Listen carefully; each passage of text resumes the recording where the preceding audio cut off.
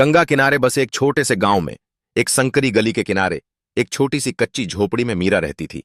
उसकी उम्र 40 के आसपास थी, लेकिन उसकी आंखों की उदासी और माथे की झुर्रियां उसे उम्र से कहीं ज्यादा बूढ़ा दिखाती थीं। मीरा एक दर्जी थी। उसकी टूटी फूटी सिलाई मशीन, जो उसके पति रमेश की आखिरी निशानी थी, उसकी जीविका का एकमात्र साधन थी। रमेश एक मेहनती किसान था, जो कुछ साल पहले एक खेत दुर्घटना में चल बसा। मीरा पर दो छोटे बच्चों, 7 साल की बेटी रानी और 5 साल के बेटे सूरज की जिम्मेदारी आ गई थी। रमेश के जाने के बाद मीरा का संसार सिमटकर उस छोटी सी झोपड़ी और उसकी पुरानी सिलाई मशीन तक ही रह गया था। हर सुबह सूरज की पहली किरण के साथ मीरा उठती। घर के काम निपटाकर वह अपनी सिलाई मशीन के सामने बैठ जाती। गांव की औरतें अपने फटे पुराने कपड़े लेकर आतीं, जिन्हें मीरा अपनी जादू की उंगलियों से नया जीवन देती। एक फटी हुई साड़ी को रफू करना हो या किसी बच्चे के कुर्ते में तुरपाई करनी हो, मीरा हर काम बड़ी लगन और ईमानदारी से करती थी। उसकी मेहनत का फल उसे बहुत कम मिलता था। एक कपड़े को सिलने के बदले में उसे कुछ रुपए या कभी कभी अनाज मिल जाता था। इतने कम पैसों में 2 बच्चों का पेट पालना और घर का खर्च चलाना मीरा के लिए एक कठिन चुनौती थी। अक्सर रात को बच्चे भूखे सोते थे और मीरा अपनी आंखों में आंसू भरकर उन्हें चुप कराती थी। रानी बड़ी समझदार थी। वह अपनी मां का दुख समझती थी और घर के छोटे मोटे कामों में उनकी मदद करती थी। सूरज अभी छोटा था, अपनी मां से लिपटा रहता और अक्सर अपने पिता के बारे में पूछता, जिससे मीरा का कलेजा छलनी हो जाता। गांव में और भी दर्जी थे, जिनके पास आधुनिक मशीनें थीं और अच्छी दुकानें थीं। मीरा की पुरानी मशीन और उसकी झोपड़ी ग्राहकों को आकर्षित नहीं कर पाती थीं। धीरे धीरे उसका काम कम होता गया। कभी कभी तो पूरा दिन बीत जाता और उसे एक भी ग्राहक नहीं मिलता। एक बार रानी बहुत बीमार पड़ गई। उसे तेज बुखार था और वह कमजोर होती जा रही थी। मीरा के पास उसे डॉक्टर को दिखाने के लिए पैसे नहीं थे।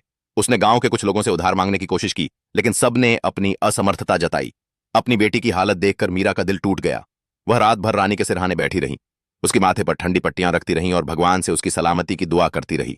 आखिरकार एक दयालु पड़ोसी ने कुछ पैसे उधार दिए, जिससे मीरा रानी को शहर के एक छोटे से अस्पताल में ले जा सकी। इलाज में काफी खर्च आया और मीरा पर कर्ज का बोझ और बढ़ गया। कर्ज चुकाने के लिए मीरा को और भी ज्यादा मेहनत करनी पड़ी। वह रात रात भर जाग कर लोगों के कपड़े सिलती। उसकी आंखें थक जाती थीं, उंगलियां सुन्न हो जाती थीं, लेकिन वह हार मानने को तैयार नहीं थी। अपने बच्चों के भविष्य के लिए उसे हर मुश्किल का सामना करना था। एक दिन गांव में एक बड़ा जमींदार आया। उसने गांव की सभी औरतों को अपने खेतों में काम करने का प्रस्ताव दिया। मीरा के पास कोई और चारा नहीं था।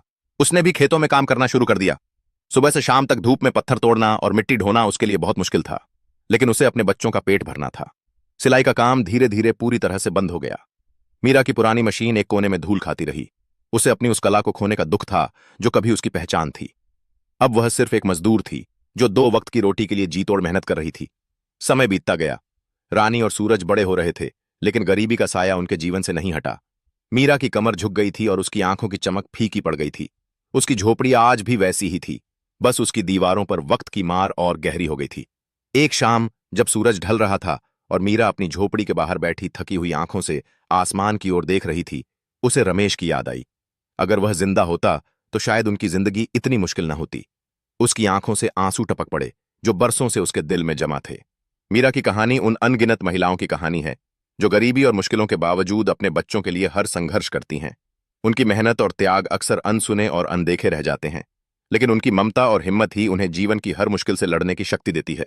मीरा की सिलाई मशीन भले ही अब शांत हो गई थी, लेकिन उसकी संघर्ष की कहानी हमेशा गूंजती रहेगी, उस छोटी सी झोपड़ी में और उन सभी दिलों में जो थोड़ी सी करुणा और सहानुभूति रखते हैं।